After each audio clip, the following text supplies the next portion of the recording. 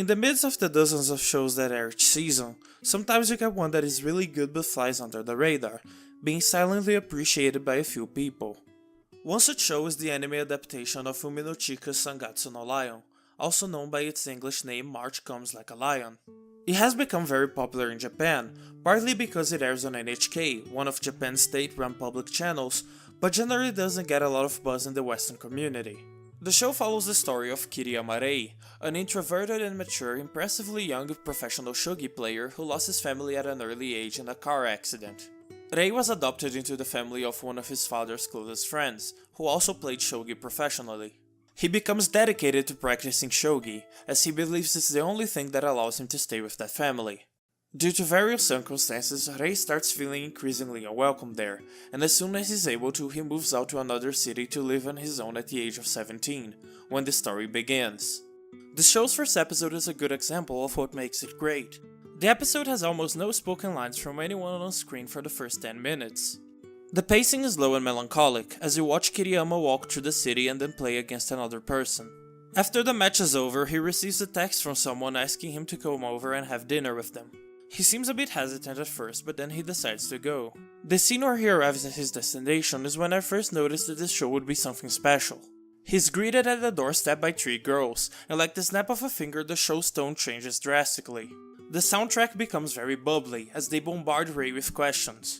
The house's warm color palette and the effects that show up on screen create a very heavy contrast from the first minute of the episode, quickly making the atmosphere very warm. The girls are Akari, Hinata, and Momo, siblings from the Kawamoto family, who Rei met through a series of events and that he developed a relationship with. You see various scenes of them talking, and as everyone sits down for dinner, Rei hears a story on TV that brings him back to the state he was before arriving, returning to more dreary visuals as he enters an inner monologue. This tonal shift is so interesting because it accurately represents this show's main topic, which is not depression itself, but the ways people deal with it. If you've ever felt depressed, I think it's easy to relate to this state of mind where your thoughts start getting overwhelming and your mood can change very rapidly, and this episode manages to represent all of these feelings using only visuals. If you're an anime fan, you probably have already heard of Studio Shaft. They are the ones responsible for this anime adaptation, and they are a notorious studio for having surreal visuals, with shows like Sayonara Zetsubo Sensei, Bakemonogatari, and Madoka. This outlandish visual style may not be appreciated by everyone, but in my opinion it's an absolutely perfect match for the show. With story arcs that are completely character driven, the show manages to stay engaging by using these visuals to produce visual metaphors for what characters are thinking. Be it the burden of carrying people's hopes and expectations, the frustration of being bullied, or the societal pressure that can sometimes leave you unable to act, everything is not only told to the viewer but also shown to them, as feelings take the shape of black seas or roaring flames on screen.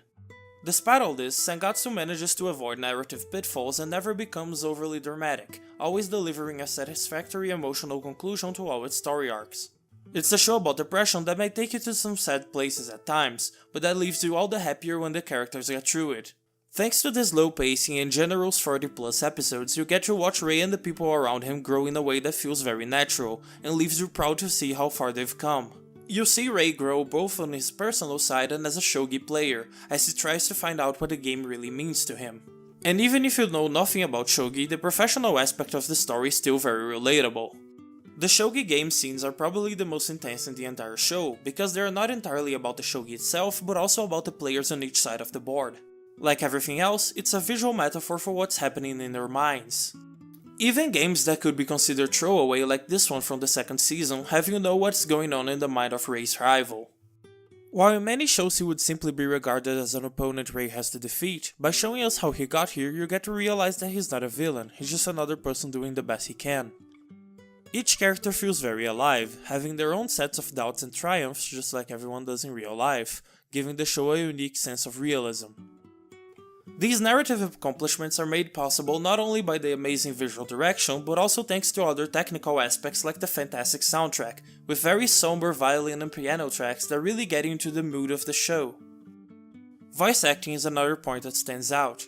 Kawashini Kengo does an amazing job as Kiriyama, giving him a very serious and calm voice especially for his inner monologues, but also working very well when he faces awkward moments, making him sound very adorably dorky.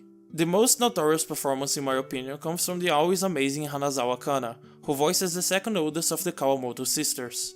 She's as good as ever in sounding sweet and adorable, and during the bullying arc she shows her amazing emotional range with anger and sadness that sound impressively real. In conclusion, this is a show I would recommend to almost anyone. No matter if you're a girl or a guy or how old you are, I'm sure you will find something in this show that is very relatable to you. I hope this video made you interested in giving it a try, and if you do, I hope you liked it as much as I did.